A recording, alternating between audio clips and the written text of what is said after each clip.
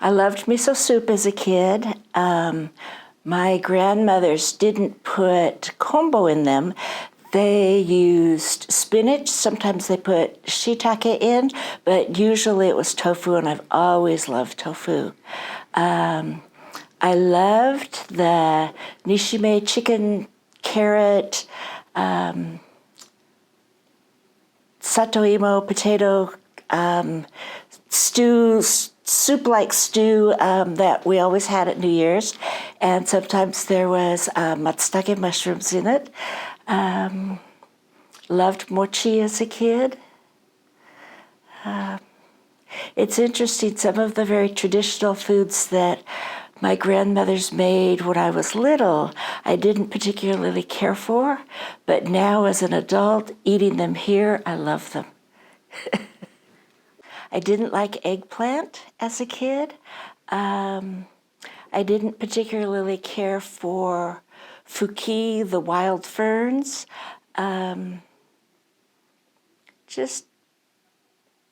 We used to call it okazu, which was just a little bit of meat or fish and lots of vegetables.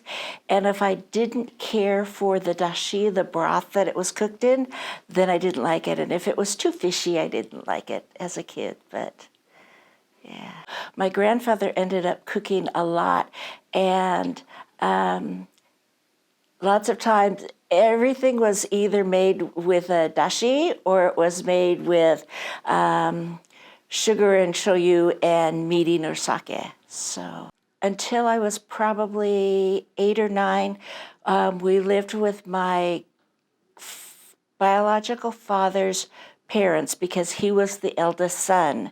And in the summers, my brother and I spent most of the summers in Parkdale, which is in the upper Hood River Valley. My grandfather and 2 uncles were orchardists, and when the pear trees were little, they would have strawberries underneath them, and so we would go and work the strawberry fields every summer. And I would help my grandmother do major house cleaning, deep cleaning during the summertime. And I got paid all of $2 a day for working the strawberry sheds and cleaning those Venetian blinds and washing windows and doing that kind of stuff. They had 2 fields, not at the same time, near the house and near my grandparents' and aunt and uncle's houses. They were all on the same road, and at both ends of the field there would be sheds, which were just basically flatbed trailers that had, a backing and part of 2 sides to them. And my aunt worked one of them, and my brother and I worked the other one. And when people would bring their hallocks, their little crates of strawberries, in the little carriers, we would then transfer those little square hallocks into the big crates and give them tickets. And at the end of the day or end of the week or end of the month, they could see my aunt to trade in their tickets for a check or cash. So we had strawberries every night for dinner. And I got to the point where I really didn't like strawberries anymore. It was not until I was an adult, probably in my 30s, that I started to eat strawberries again. Sliced strawberries over those spongy store-bought shortcakes, or my aunt really liked them mashed up. She really liked them macerated, and she would serve those. So we had our choice every night of mashed strawberries or sliced strawberries.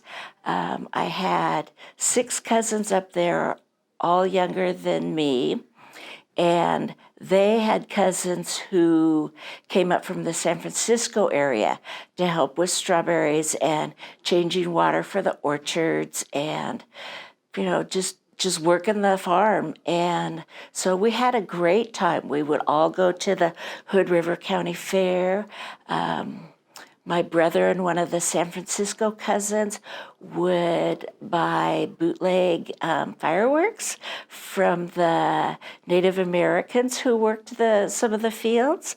Fond memories of this one very elegant Native American woman who, after picking strawberries, meditated next to a campfire every afternoon. It didn't matter if it was 90 or 100 degrees out. She did that every summer or every afternoon. And her hands would just fly over the strawberries plants, and she just picked beautiful, beautiful berries.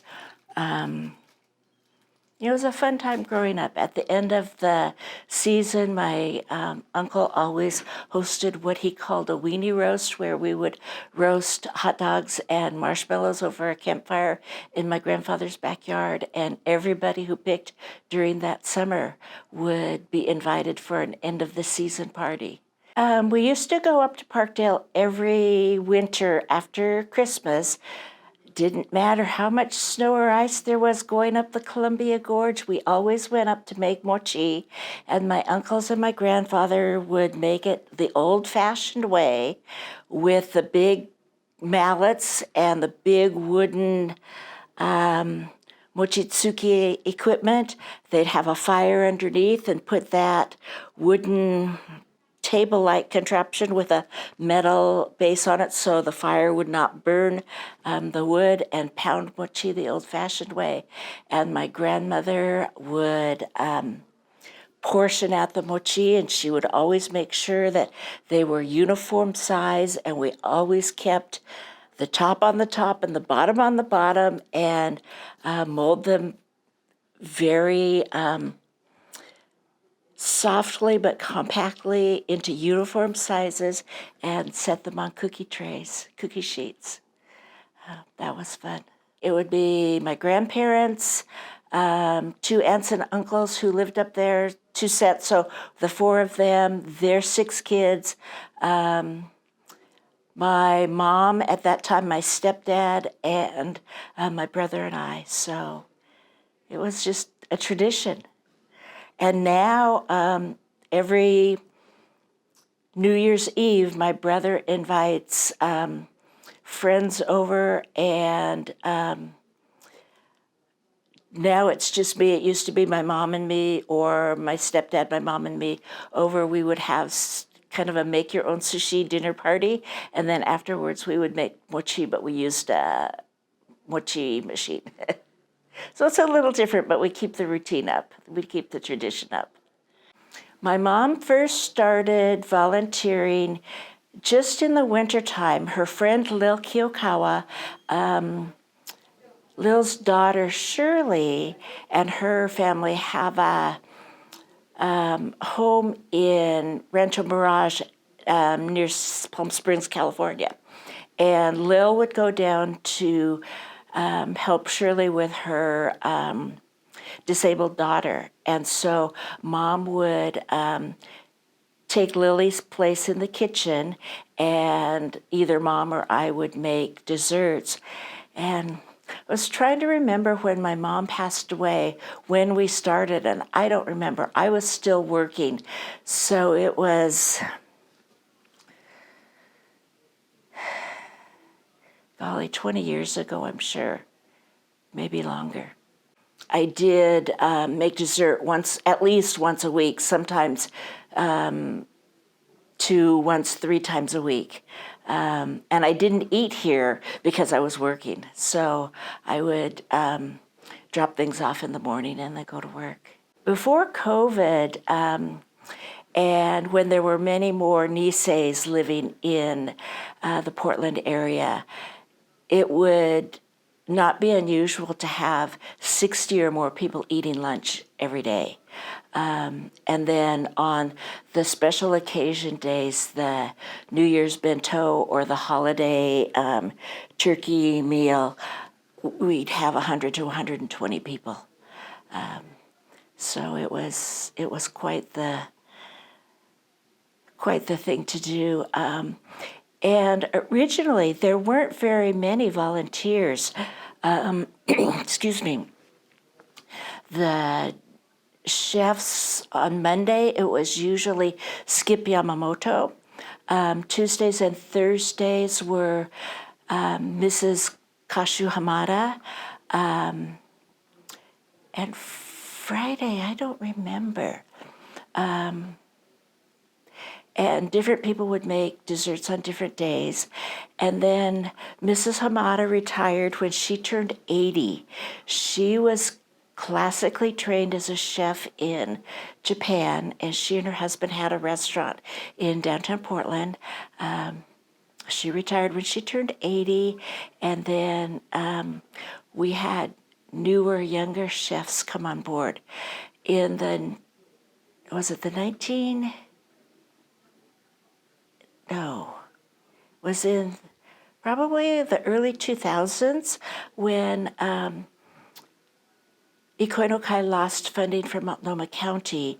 A group of volunteers raised money, and we had at that time a site manager who volunteered, who did not get paid, Melondo Sono, who wanted to keep Ikoi no Kai going.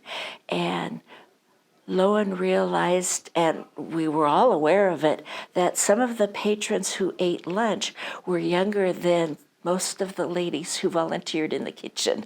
So she recruited some men to be the dishwashers, which was great because those big pots and pans and bowls were really heavy for people to wash and fill with oil and then empty that hot oil out. And so that was very helpful. And now there are many more volunteers. It used to be that all the volunteers would fit in the little workroom to eat lunch, and now there's no way that that could happen. So it's community oriented in a variety of ways. It's a wonderful thing.